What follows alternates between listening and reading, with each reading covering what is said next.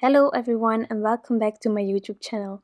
Today I'm creating a Slimline love card using the Hapbee from Paperie Ink. So first of all, this adorable stamp set is going to be featured and I'm combining it with the newly released Time Square Meraki Para-dies by Crafty Meraki. Now first of all, I'm going to color in some of the images. I colored way more images for this card, but I just wanted to show you how the coloring took place. These images are really cute and tiny. I must admit I really love coloring such images when I'm late at night just watching TV on the sofa. So I did that for a lot of these images and then I decided, okay, so I'm going to make a card with these critters. Now I just need to show you how I colored all of them. So these bees are super adorable. I love them. It's like the ladybugs that I shared with you. They are just so adorable. I don't like insects again. I don't want them in my house. I would avoid going outside because everything that is like walking around, and I don't mean humans, but insects or flying around, it just makes me uncomfortable. So my boyfriend is always saying that I'm scared of everything, and I'm not going against it. I think it's true when it comes to insects. So these are super adorable, and I remember the first time coloring them that I asked my boyfriend, well, the feet of the bees, are they black or yellow? And he told me black. So I colored them yellow, and then afterwards when I showed him how I colored these in, he was like, but you did the feet in yellow. And I was like, yeah, but it seemed cuter, so that's what we're going for, aren't we? So I kept them yellow and I really like that they are yellow. So maybe if I make another card, I might try to color them black or warm grays. But I'm happy with the yellow. Okay, so that was the little side story about the bees. So I think I am aware of the fact that normally they are black, but it's not because it's normally like that we need to color it like that, of course. So this is Transotype Perfect Coloring Paper, and I stamped the images using Gina Design's Amalgam ink. Now, I prefer adding a second layer, so that's what I'm doing here. I also decided with just having these two bees that I could show them both. So I did them at the same time because the coloring is completely the same, although they are facing a different way, and I'm using the way they are facing to decide where the shadows are. But for the rest, it's all exactly the same. Also the flowers I'm doing exactly the same. Well, not like the bees, but I mean, once you know how I colored one, you will know how I colored the others. So I have this pink color combination that I'm really fond of lately. Well, these RVs, I actually have a few of them. I don't have all the RVs. Well, I don't have all the Copic markers, so it's logical. But I just decided I have them all standing up, following the numbers, and these four, I think there are four, yes, these four were all next to each other, and it's not always the case, but often it's the case that they fit well with each other. Not always. Don't take my word on this. But in this case, I really liked it. And actually, the same day, I created some more cards with the same color combinations of pinks. So I think in the future, or I'm thinking now if I already shared one. I don't know. Maybe in the future, maybe in the past, you will see this color combination return. But why wouldn't I? It's amazing. Also, these flowers. You know me, not a flower kind of girl. But these are simple enough for me to be able to color it in without making them too ugly, I think. So that's why I color them in. You don't need to use them, but it's a nice addition with the bees. So that's why I did it. Going on there for my second layer, making it a bit darker. Now I know that I have lots of light areas, so I can add more of this dark color if I want to. And then I'm just doing the same, going from darkest towards my lightest color.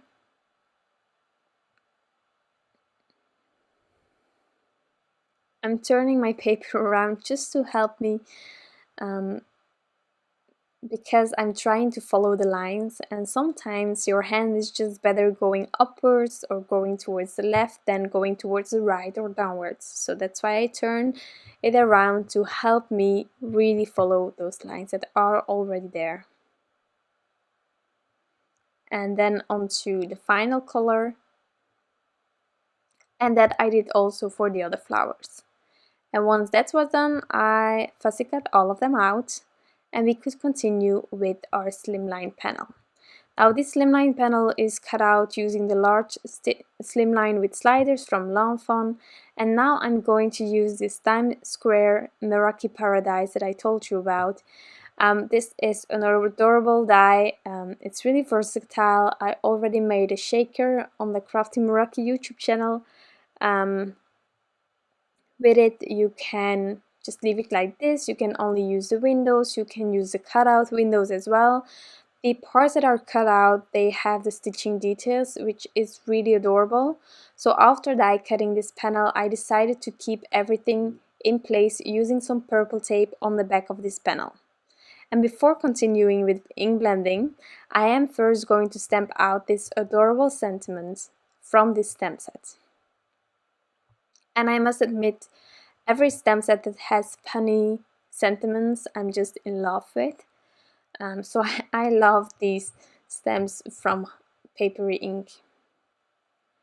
Now onto the ink blending, I'm just going to softly add a bit of cracked pistachio around the windows and on the inside of the windows. I'm not completely filling this panel out, it's just about getting a bit of air around the bees and the flowers that I'm going to add. Also, I'm not bothered by having it perfectly ink blended because the sky isn't perfect. There are several shades of blues in the sky, so that's what I'm doing here. And I just love this cracked pistachio. I would use it on every sky that I create on cards because it's just the perfect color in my opinion. And I also found that this color matched perfectly with the flowers as well. So I'm just making sure that I have all of the edges filled with this color, and then we can really start assembling this card.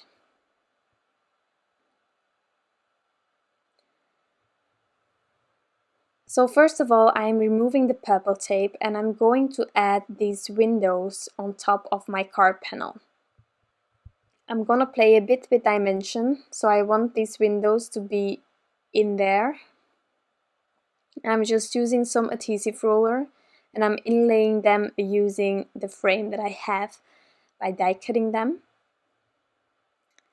And then I wanted a flower already to be on the bottom, so before adding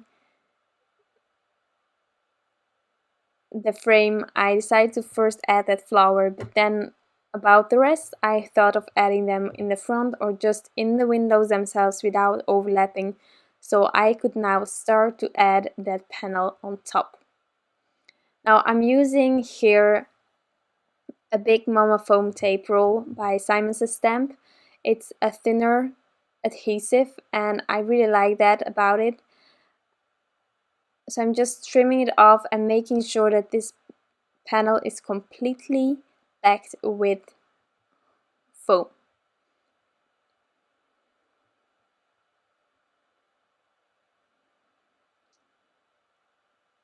And once that's done, I'm going to add it on top of my card base. I'm making sure that when I have some foam in between the windows that it isn't overlapping or peeking from underneath my panel. And then I'm removing the backings to be able to add this panel on my card base. Now, some of you gave me this tip, so I'm really grateful for that, but if you have some really difficult backings of your tapes, then it's really handy if you use your craft knife or any other tool to help you with getting rid of it. That's a life-saving tip that I got from you all, so thank you for that. And now I'm going to add everything on top of this card. Now, since I use some dimension behind my frame and all, I also use the same tape to add some of the images that I wanted lifted up or at the same height as the frame. And I'm just slowly going to build up this card. Some images will be adhered with liquid glue, others will be adhered with the foam.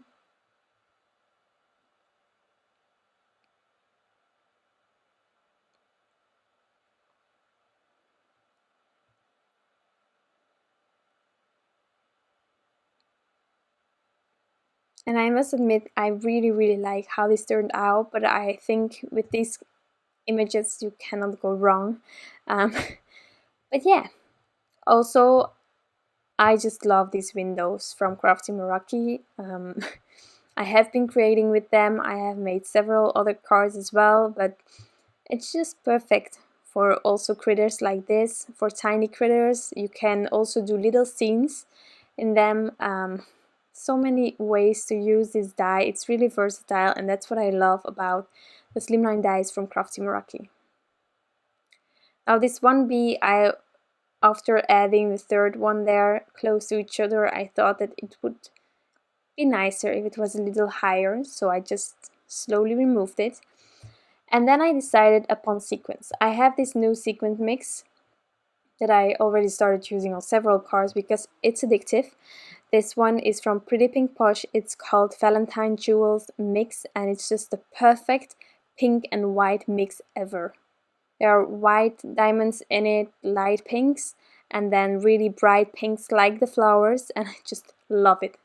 Match made in heaven for this Copic combo. And once I'm happy with placement, I'm going to add them using some liquid glue. And also something really handy is the embellishment wand that I'm using is from Studio Katja. I have it for a while now and I cannot live without it anymore. I think it's a great tool to have in your craft room to help you get your embellishments there where you want them to be.